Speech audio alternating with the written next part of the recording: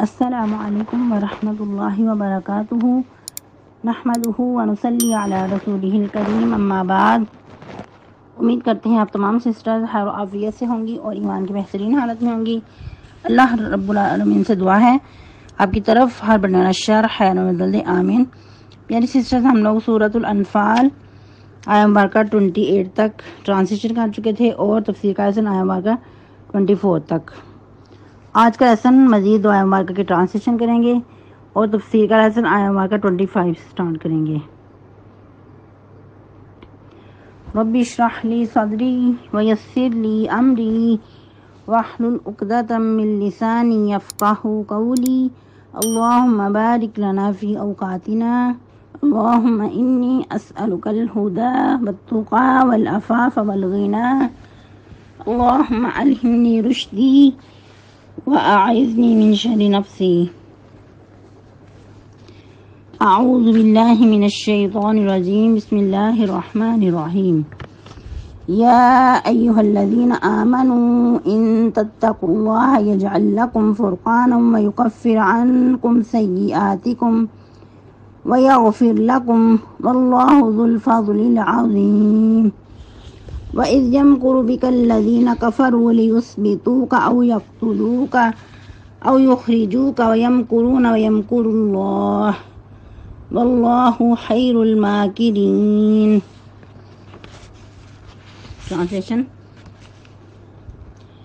یا ایہا الذین آمنوا، اے ایمان والو، ان تتقوا اللہ، اگر تم اللہ کا تقوی اختیار کرو گے، یجعل لکم فرقانا، وہ کر دے گا تمہارے درمیان ایک فرقان، ویکفر عنکم سیئاتکم، اور وہ دور کر دے گا تم سے تمہاری برائیاں، ویغفر لکم، اور تمہیں بخش دے گا، واللہ ذو الفضل العظیم، اور اللہ بہت ہی بڑے فضل کا مالک ہے۔ وَإِذْ يَمْكُرُ بِكَ الَّذِينَ كَفَرُوا، جب مکر کر رہے تھے تیرے بارے میں وہ لوگ جو کافر ہیں، لِيُثْبِتُوكَ، تاکہ تمہیں قید کر دیں، او یقتلوک، یا تمہیں جان سے مار ڈالیں، او یخرجوک، یا تجھے جلا وطن کر دیں، ویمکرون، اور وہ چالیں چل رہے تھے، ویمکر اللہ، اور اللہ سبحانہ وتعالی تدبیر کر رہا تھا، واللہ خیر الماکرین، اور اللہ سب سے بہتر تدبیر کرنے والا ہے۔ تفسیر آیہ مبارکہ 25 سے۔ واتقوا فتنة لا تصيبن الذين ظلموا منكم خاصة واعلموا ان الله شديد العقاب۔ اللہ سبحانہ وتعالی بہت ہی زبردست ایک قاعدہ کلیہ بیان کر رہے ہیں کہ اس فتنے سے، اس آزمائش سے ڈر جاؤ۔ کس آزمائش سے؟ کہ جب دنیا میں کوئی ظلم و ستم ہو، گناہوں کے انبار لگ جائیں، تو اس کا وبال صرف چند لوگوں پہ ہی واقع نہیں ہوتا، بلکہ پوری انسانیت اس گناہوں کی لپیٹ میں آ جاتی ہے، یعنی کہ اس گناہوں کے جو وبال ہیں اس کی لپیٹ میں تمام انسانیت ہی اس کے گھیرے میں آ جاتی ہے۔ جیسا کہ ہر انسان پہ بہت باری ذمہ داری ہے کہ جب گناہ کو دیکھے تو اس کو حد الامکان روکنے کی، دور کرنے کی کوشش کرے، اور یہ چیز پہلی امتوں پہ بھی تھی، اسپیشلی بنی اسرائیل جو کہ انبیاء کی اولاد تھے، انبیاء کی پشت سے تھے، ان کے لیے سب سے ضروری تھا کہ امر بالمعروف نہی عن المنکر کرتے، جس طرح کہ ہم حال ہی میں پڑھ چکے ہیں اصحاب سبت کے بارے میں، کہ ان کے اندر 3 ٹکڑے بن گئے، 3 گروہ میں یہ تقسیم ہو گئے۔ ایک ایسا تھا کہ جس نے خود اس گناہ کو کیا، اس گناہ کا مرتکب ہوا، یعنی کہ کہا کیا گیا تھا مچھلیاں نہیں پکڑنی ہفتے کے دن، تو انہوں نے ہیلا سازی کرتے ہوئے مچھلیوں کو پکڑا، اور دوسرا گروہ روکنے والا تھا، اور تیسرا گروہ جو تھا وہ نہ تو خود پکڑتا تھا اور نہ ہی پکڑنے والوں کو روکتا تھا، بس وہ اپنی ہی زندگی گزار رہا تھا گناہوں سے بچ کر۔ لیکن ان کی سب سے بڑی جو غلطی تھی کہ گناہوں کو اپنے آنکھوں سے دیکھتے تھے، نافرمانی ہوتی دیکھتے اور اس کو منع نہ کرتے، روکنے کی کوشش نہ کرتے۔ جیسا آج ہمارے معاشرے میں کہا جاتا ہے جو جہاں لگا لگا رہے،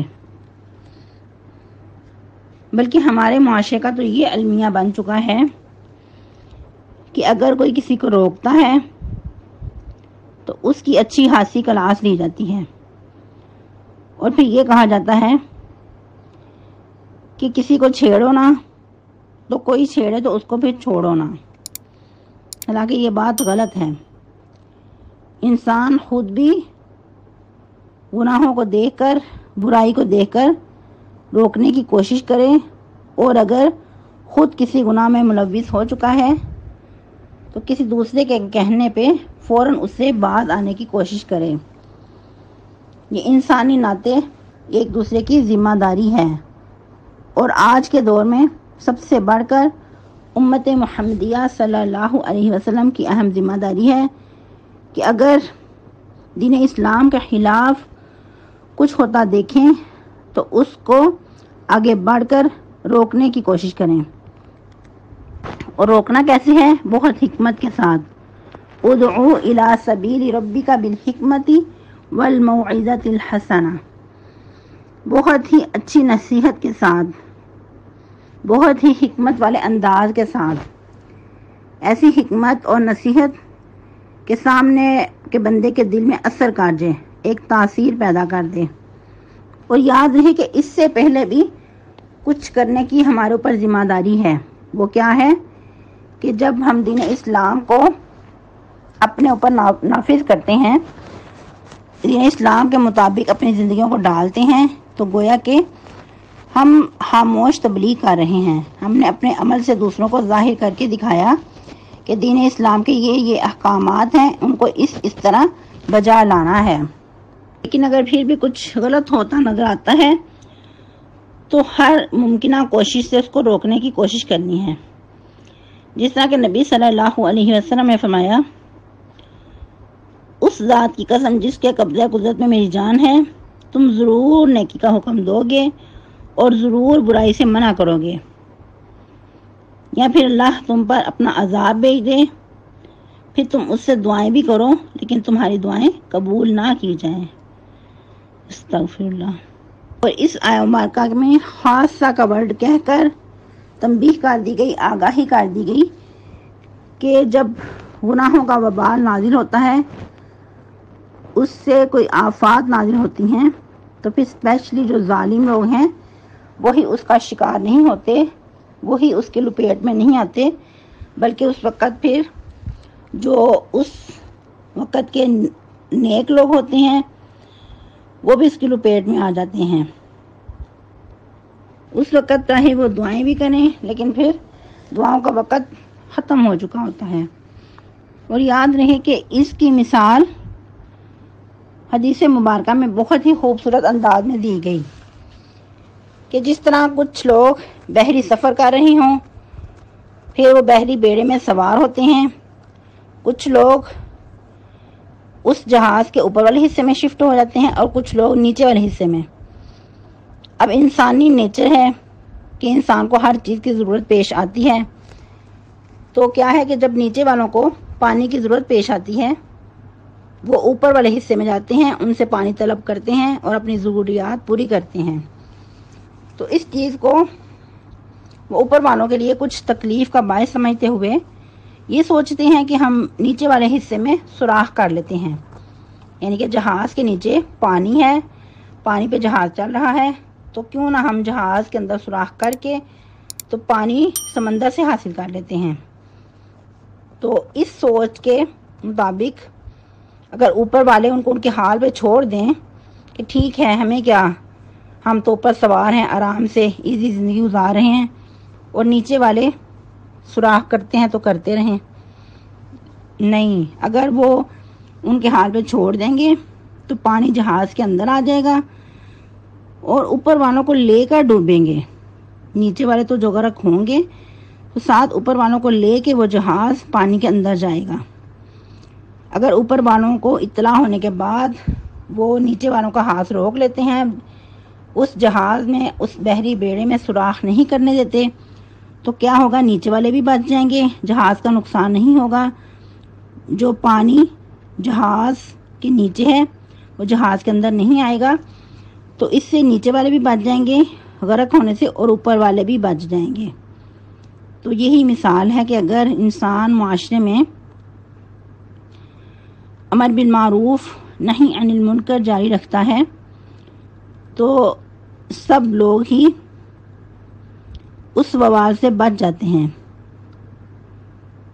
اگر گناہوں کی وجہ سے کچھ اللہ کی طرف سے آفات آتی ہیں، انسان ایک دوسرے کی ذمہ داری پوری کرتا ہے، ایک دوسرے کا گناہوں سے روکتا ہے، ہاتھ پکڑ لیتا ہے، گناہ نہیں کرنے دیتا، تو یقیناً برا معاشرہ امن و فضا کی قائم کر دیتا ہے۔ پورا معاشرہ اللہ سبحانہ و تعالیٰ کی ناراضگی سے بچ جاتا ہے اور یقیناً رحمتیں، برکتیں نازل ہوتی ہیں۔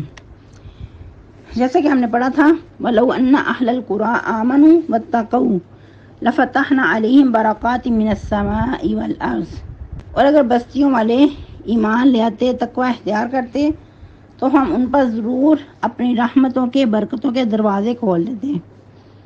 لیکن ان کا تو یہ حال تھا کہ جو پہلی قوموں کی حالات سنائے گئے، انہوں نے انبیاء کو جھٹلایا، اللہ سبحانہ و تعالیٰ کی نافرمانی کی، تو اسی پاداش میں ان کو تباہ و برباد کر دیا گیا۔ پھر مزید اگر معاشرے میں نظر دوڑائی جائے، اس کے مطابق دنیاوی مثال سے سمجھنا چاہیں تو جب فضا آلودہ ہوتی ہے، مچھر پیدا ہو جاتے ہیں، تو اس وقت جس شخص نے کوڑا کرکٹ پھینکا، گندگی پھیلائی، اس کے اوپر مچھر پیدا ہوئے، تو مچھر صرف اس بندے کو ہی جا کے نہیں کاٹتے جس نے وہ گندگی پھیلائی تھی، بلکہ جو وبا ہے اس کوڑے کی وجہ سے پورے معاشرے کو اپنی لپیٹ میں لے لیتی ہے۔ ہر بندہ اس وبا کا شکار ہو جاتا ہے، اور بعض اوقات پھر ایک ہی طرح کی بیماری کے ڈاکٹروں کے پاس بہت زیادہ رش لگ جاتا ہے۔ اس وقت پھر کہا جاتا ہے کہ سب لوگ وبائی امراض کے شکار ہو چکے ہیں۔ تو آج امت محمدیہ صلی اللہ علیہ وسلم کا بھی یہی حال ہو چکا ہے۔ گناہ، برائی اتنی عام ہو چکی ہے کہ ہر بندہ ہی کسی نہ کسی طریقے سے کسی نہ کسی گناہ میں مبتلا نظر آتا ہے۔ تو یہ کب اور کیسے ہوا؟ جب ہم لوگوں نے امر بالمعروف اور نہی عن المنکر کو چھوڑ دیا، اس چیز کو اپنی ذمہ داری نہ سمجھا، اور پھر معاشرے کے جو بولے بالے سیدھے سادے لوگ وہ یہ کہہ کر بات ٹال دیتے ہیں کہ کوئی جہاں لگا لگا رہنے دو، ہر ایک کی اپنی لائف ہے، ہر ایک کو اپنی لائف جینے دو۔ لیکن یہ دو سادے سے الفاظ کہہ کر ہم اللہ سبحانہ و تعالیٰ کے سامنے سرخرو نہیں ہو سکتے۔ ہاں، اس صورت میں ہماری ذمہ داری پوری ہو سکتی ہے کہ جب ہم اس ذمہ داری کو پورا کرتے ہوئے، اپنی جستجو لگاتے ہوئے بھی برائی ہو رہی ہے لیکن ہم اس کے سامنے عاجز ہیں، مغلوب ہیں، پھر ہم اللہ سبحانہ و تعالیٰ کے سامنے عذر پیش کر سکتے ہیں کہ ہم نے ہر ممکنہ کوشش کی برائی کو روکنے کی، اپنی ہاتھ سے بھی، اپنی زبان سے بھی، لیکن امت محمدیہ ایسا بھٹک چکی ہے کہ واپسی کا اس کے پاس رستہ ہی نہیں۔ لیکن یاد رہے کہ ایک دو بار یہ ذمہ داری پوری کرنے سے ذمہ داری پوری نہیں ہوتی، آخری سانس تک اس ذمہ داری کو جاری رکھنا ہے، ہر ممکنہ کوشش کرنی ہے برائی کو روکنے کی، لوگوں کو گناہوں سے بچانے کی۔ اور یاد رہے کہ یہ کام اپنی ذات سے شروع کرنا ہے۔ ایسا نہیں کہ انسان خود تو ہر کام ہر حد کراس کر جائے اور دوسروں کو روکنے کی کوشش کرتا رہے۔ ہر بندے کی ذمہ داری بنتی ہے کہ اپنی ذات پہ پہلے اسلام کو نافذ کرے، اپنے آپ کو گناہوں سے روکے، پھر آگے قدم بڑھائے، تو انشاءاللہ اللہ سبحانہ و تعالیٰ اس کاوش میں برکت عطا کریں گے اور پھر معاشرہ سمجھ جائے گا۔ مزید اللہ سبحانہ و تعالیٰ کیا فرما رہے ہیں؟ وَاعْلَمُوا أَنَّ اللَّهَ شَدِيدُ الْعِقَابِ، اور جان رکھو بے شک اللہ تعالیٰ بہت سخت عذاب کرنے والے ہیں۔ اگر اس ذمہ داری کو پورا نہیں کرو گے تو پھر یاد رکھو کہ جو عذاب ہے اللہ کا وہ بہت سخت ہے، کسی بھی وقت نازل ہو سکتا ہے۔ جیسا کہ قرب قیامت کی علامات میں سے دنسائے جانے کے واقعات بھی ہیں کہ کچھ لوگ کعبہ کو ڈھانے کے لیے روانہ کیے جائیں گے، لیکن اللہ سبحانہ و تعالیٰ ان کو رستے میں ہی زمین میں دنسا دیں گے۔ تو اس وقت اما جان عائشہ صدیقہ رضی اللہ تعالیٰ عنہا نے سوال کیا، اللہ کے نبی کچھ راگیر بھی ہوتے ہیں تو کیا وہ سب دنسا دیے جائیں گے؟ تو نبی صلی اللہ علیہ وسلم نے فرمایا ہاں سب ہی اس وقت دنسا دیے جائیں گے، لیکن کل قیامت کے دن اپنی اپنی نیتوں پہ بھی اٹھائے جائیں گے۔ تو پتہ کیا چلا کہ جب اللہ کا عذاب نازل ہوتا ہے تو پھر پوری انسانیت اس عذاب کا شکار ہو جاتی ہے۔ اسی لیے اللہ سبحانہ و تعالیٰ سخت تنبیہ کر رہے ہیں کہ اے انسانیت اس چیز کو جان رکھو، یقیناً اللہ تعالیٰ بہت ہی سخت عذاب کرنے والے ہیں۔ اس میں ہم سب کی ذمہ داری ہے کہ ہم اپنا محاسبہ کریں، اپنا جائزہ لیں کہ جب کوئی گناہ ہمارے سامنے آتا ہے، ہم دوسروں کو دیکھتے ہیں کہ دین اسلام کا گویا مذاق اڑایا جا رہا ہے، اس وقت ہمارے دل کتنے ہلتے ہیں، کیا ہمارے دل کے اندر تڑپ ہوتی ہے کہ اس کو ہم گناہ سے روکیں؟ اسی تڑپ کے ساتھ ہم آگے بڑھ کر کتنا دوسروں کو روکنے کی کوشش کرتے ہیں۔ تو یہ ہمارا ٹارگٹ ہوگا کہ خود بھی اپنے اوپر اسلام کو نافذ کرنا ہے اور دوسروں کو بھی حتی الامکان گناہوں سے برائیوں سے روکنے کی کوشش کرنی ہے اور اچھائیوں کا حکم بھی دینا ہے، اور یہ کام حکمت کے ساتھ کرنا ہے، بہت اچھی نصیحت کے ساتھ، ایسی نصیحت کہ جو دوسروں کے دل کو موہ لے۔ اللہ سبحانہ و تعالی ہم سب کا حامی و ناصر ہو۔ سبحانک اللہم ربنا و بحمدک نشہد ان لا الہ الا انت نستغفرک و نتوب الیک۔ والسلام علیکم ورحمۃ اللہ وبرکاتہ، وصلی اللہ علی النبی۔